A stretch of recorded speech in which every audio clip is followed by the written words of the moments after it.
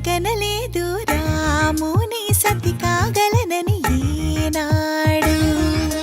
రాముడు అనుకోలేదు జానకి పతి కాగలనని ఆనాడు.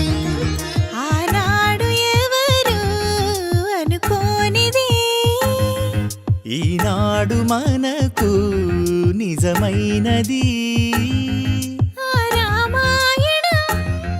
మన జీవన పారాయణం. రాముడు అనుకోలేదు జానకి పతి కాగలనని ఆనాడు.